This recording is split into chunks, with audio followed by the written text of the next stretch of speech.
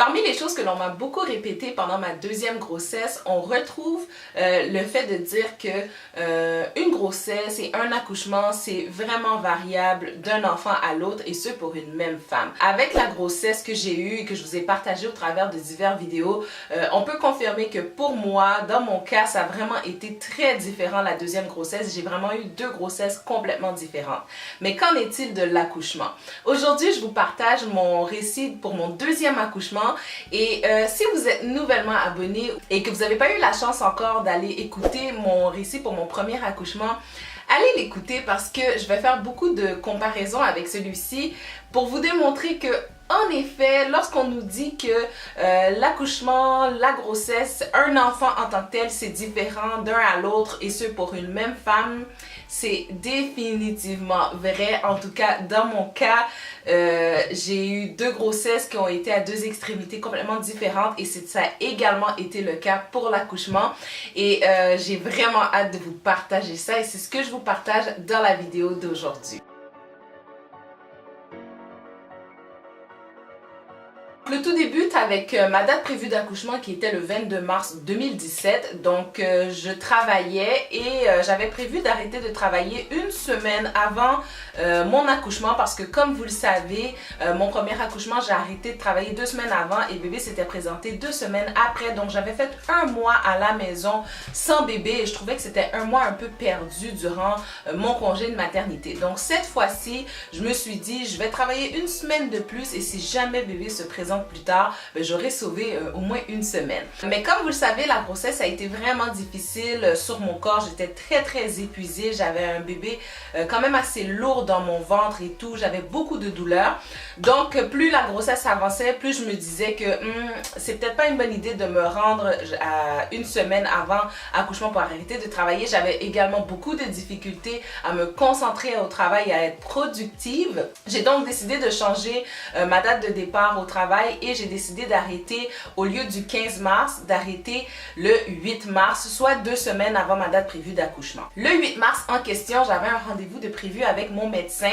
Donc après ma journée de travail, je me suis rendue à mon rendez-vous et en faisant les examens, mon médecin m'a informé que j'étais dilatée à 1 cm. Donc elle m'a parlé du fameux stripping qui est le décollement des membranes que je vous parle dans ma vidéo sur comment déclencher l'accouchement. N'hésitez pas à aller la voir. Donc elle a procédé au décollement des membranes et m'a expliqué comme quoi que ça fonctionnait dans les 24 à 48 heures pour déclencher l'accouchement et ce pour une femme sur 3. Suite à ce décollement des membranes là, le vendredi de cette même semaine, soit le 10 mars, j'ai perdu mon bouchon muqueux dans la journée et dans la nuit de ce 10 mars là, j'ai eu une nuit de contraction super intense, par contre qui était vraiment variable, qui n'était pas de durée vraiment fréquente, c'était vraiment variable. Au final, je me suis rendu compte que c'était probablement juste le fait d'avoir eu le décollement des membranes qui avait fait travailler mon col, qui faisait bouger le tout, que je commençais probablement à entrer dans la phase latence du travail. Par la suite, j'avais un rendez-vous le 14 mars, soit le lundi suivant, donc j'ai passé le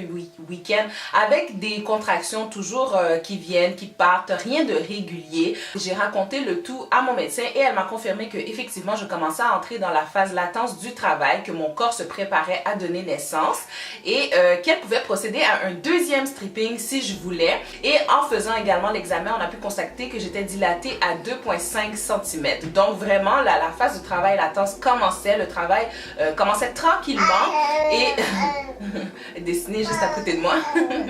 Le lendemain de ce deuxième stripping, j'ai eu énormément de contractions qui commençaient à être quand même assez douloureuses. Je commençais à me poser des questions puis à me dire comme tu sais, j'étais tout le temps hésitante à me dire oh, est-ce que c'est là que ça se passe ou pas. Dans la nuit du jeudi au vendredi, soit le 16-17 mars, aux environs de minuit, je suis réveillée par des contractions douloureuses. J'avais installé une application pour calculer les contractions sur mon téléphone, donc je sors mon téléphone, mon application et je commence à calculer le tout. Les contractions sont quand même assez douloureuses, c'est impossible pour moi de dormir. Et je vois que les contractions sont aux 10 minutes, mais très douloureuses. Et je continue à calculer le tout, le temps avance. Et la fréquence entre les contractions diminue et elle commence à être aux 6-7 minutes. Mon médecin m'avait dit que pour un deuxième bébé, qu'il ne fallait pas attendre que les contractions soient aux 2 minutes comme un premier bébé. Dès qu'elles étaient aux 5 minutes, il fallait que je me rende à la maternité. Mais moi, étant traumatisée, peut-être pas nécessairement traumatisée, mais étant marquée par ma première expérience d'accouchement, comme que je vous l'ai dit dans la vidéo, comme vous le savez, j'ai été retournée à la maison parce que l'infirmière pensait que c'était un faux travail alors que c'en était un vrai, et j'ai été retournée à la maison vraiment en douleur. Je m'étais dit que là, cette fois, croyez-moi, je vais rester à la maison le plus longtemps que possible et je vais me rendre à la maternité lorsque je vais vraiment avoir mal et que je ne pourrai plus supporter. Donc, malgré que les contractions commencent à être aux 6-7 minutes, je continue à endurer le tout et je décide d'aller prendre un bain pour voir si je peux calmer le tout, si je peux calmer le jeu et m'assurer que c'est vraiment le vrai travail qui débute. Donc, je me rends dans un bain chaud, j'immerge ma bedaine et en effet, les contractions augmentent en intensité, sont de plus en plus fréquentes. Elles sont maintenant aux 4 à 5 minutes et elles me font extrêmement mal. Par contre, contrairement à ma première expérience, vous vous rappelez ce qui s'est passé un peu dans la salle de bain et tout, cette fois je prends... Oui ma chérie, oui chérie, je raconte lorsque je t'ai donné naissance ma belle. Cette fois, je prends beaucoup plus sur moi. Tu sais, le fait de l'avoir vécu quand même une première fois, une deuxième fois, j'ai beaucoup plus confiance en moi. Je sais à quoi m'attendre.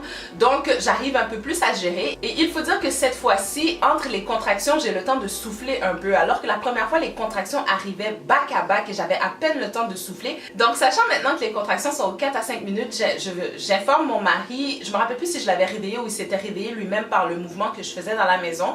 Je l'informe de téléphoner à ma soeur qui était la personne en charge de venir prendre soin de Quincy pendant notre séjour à la maternité et je lui dis de la téléphoner pour qu'elle vienne à la maison. Donc pendant ce temps-là, les contractions sont d'une force mais incroyable. Moi qui pensais avoir connu c'était quoi la douleur des contractions lors de mon premier accouchement, je peux vous dire que c'était totalement différent cette fois-ci. C'était beaucoup plus douloureux. C'était impossible pour moi de m'asseoir et de marcher lors d'une contraction et même de parler. Je me souviens que je m'appuyais sur une chaise de la cuisine et puis je gémissais, je criais le temps que la douleur passe. Tiens, en plus.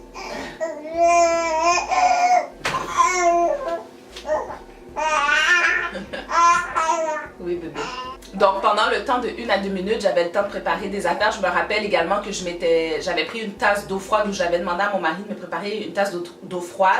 Et pendant les pauses, je m'aspergeais d'eau froide sur le visage parce que les contractions étaient tellement fortes que j'en avais chaud tellement que ça faisait mal. Donc pendant cette phase d'attente-là et de souffrance et de douleur, mon mari m'apporte le téléphone et me dit que c'est ma cousine qui est au téléphone. Et en fait, c'est que j'ai une cousine qui reste quand même proche de la maison et elle s'était proposée à venir rester à la maison avec Quincy lorsque le travail allait commencer, le temps que ma soeur vienne à la maison pour prendre en charge Quincy, étant donné qu'elle restait à une trentaine de minutes. Sachant que pour un deuxième bébé, ça va quand même assez rapidement.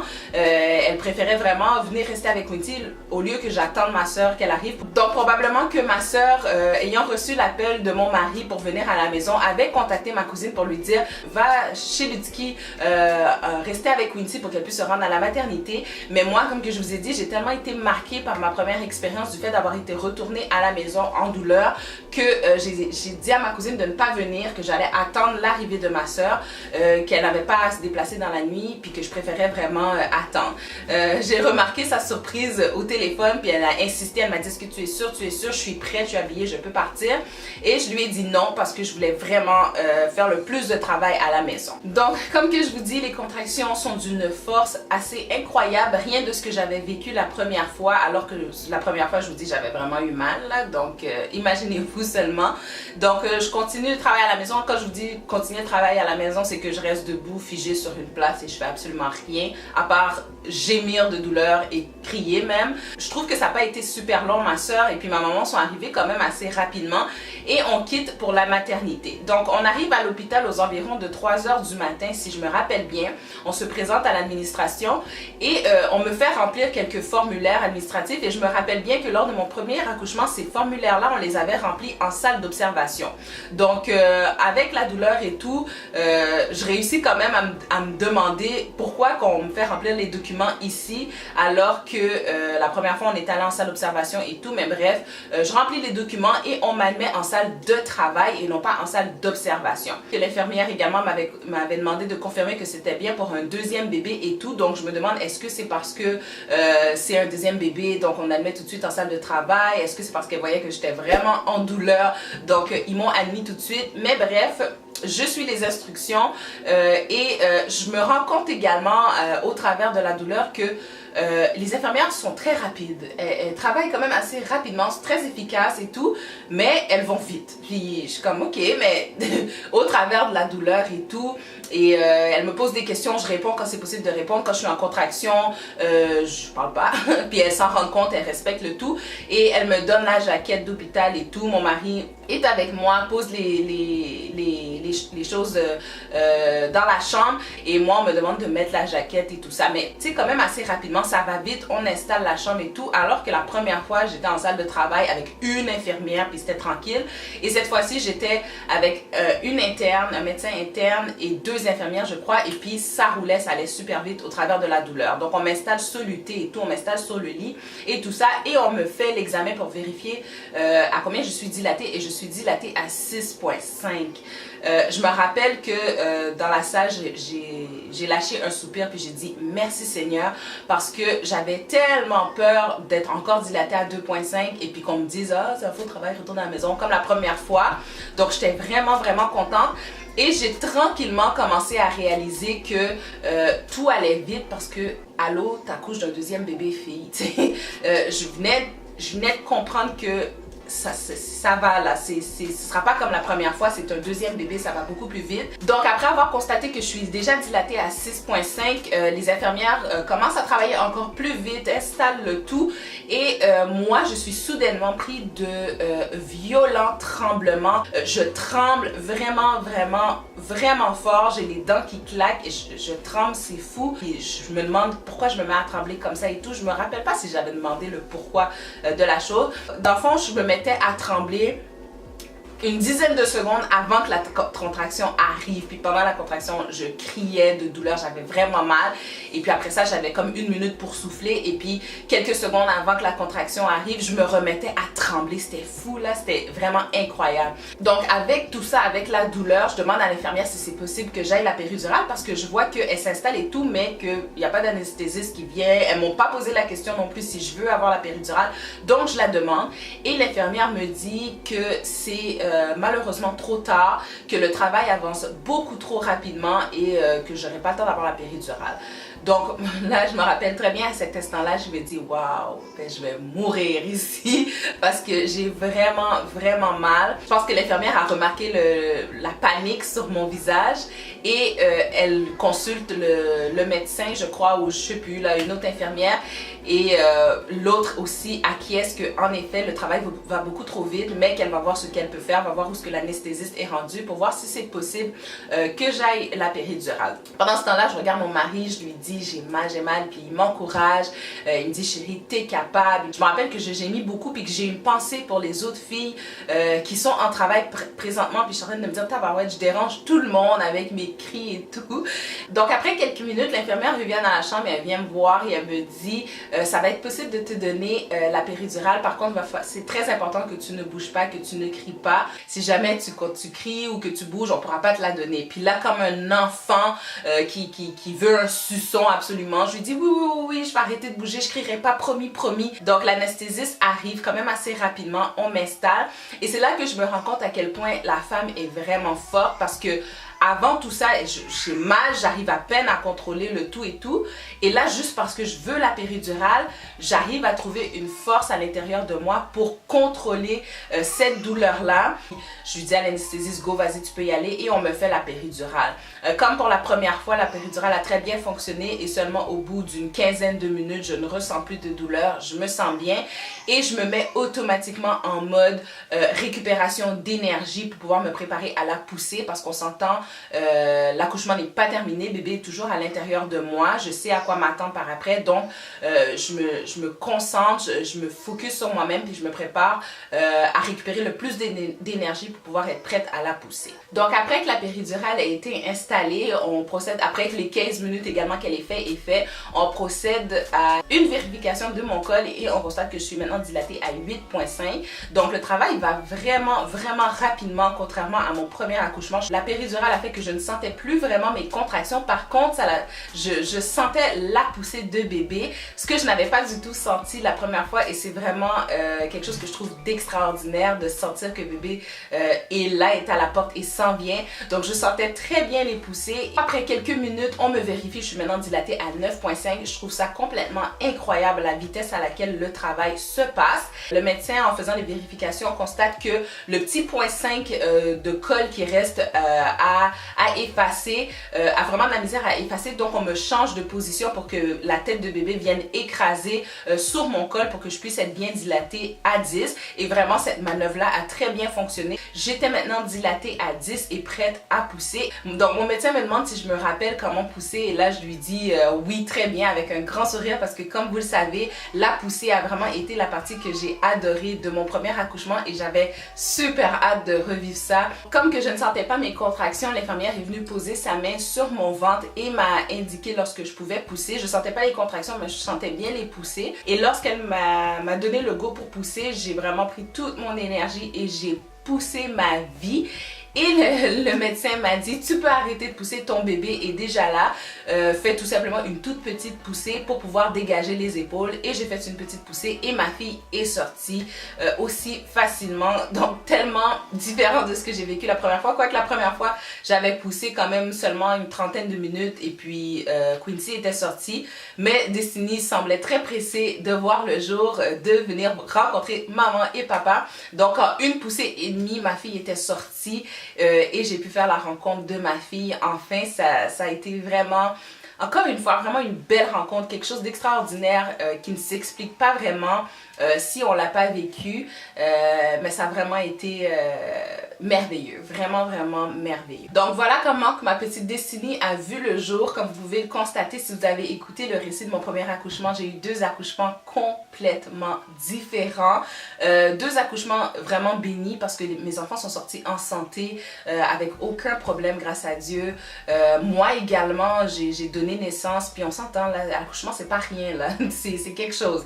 Donc j'ai donné naissance en bien, il n'y a pas eu de situation désagréable, de stress ou quoi que ce soit, à part la douleur, comme que je peux vous dire que c'est quelque chose de quand même assez difficile qu'il faut prendre sur nous parce que tabarouette que ça fait mal, ça fait mal, c'est une douleur.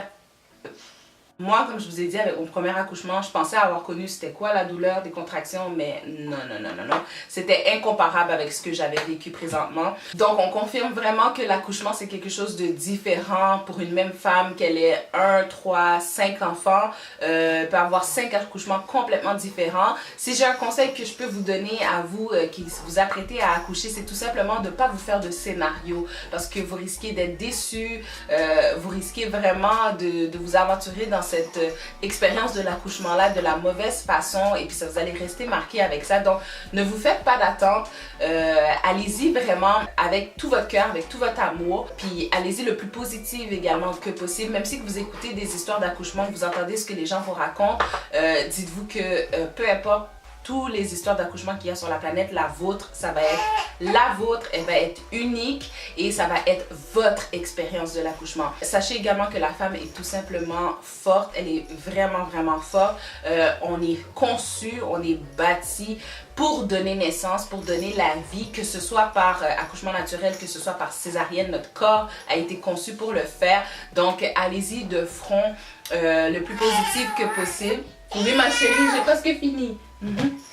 Donc allez-y de front le plus positif que possible parce que c'est ce qui va vous aider vraiment à aller au bout de votre accouchement, puis vous allez être tout simplement tellement fiers de vous. Ayez confiance en vous parce que vous êtes capable, je peux vous l'assurer. Donc j'espère que mon récit d'accouchement vous a plu. Je sais que c'était une vidéo qui était pas mal entendue par plusieurs de mes abonnés. Si vous avez des questions au sujet de l'accouchement, au sujet de la grossesse, ça se passe en commentaire. Allez-y, soyez pas gênés, ça me fait tellement plaisir de vous répondre. Et si vous êtes gênés, on se parle en privé, que ce soit par Facebook, Instagram ou sur YouTube.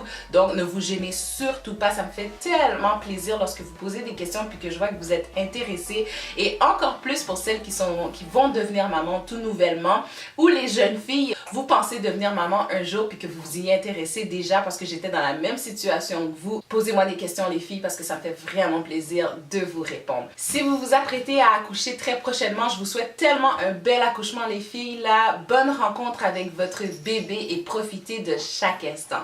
D'ici ma prochaine vidéo, je vous envoie une super belle dose d'amour et je vous dis à la prochaine. Ciao ciao!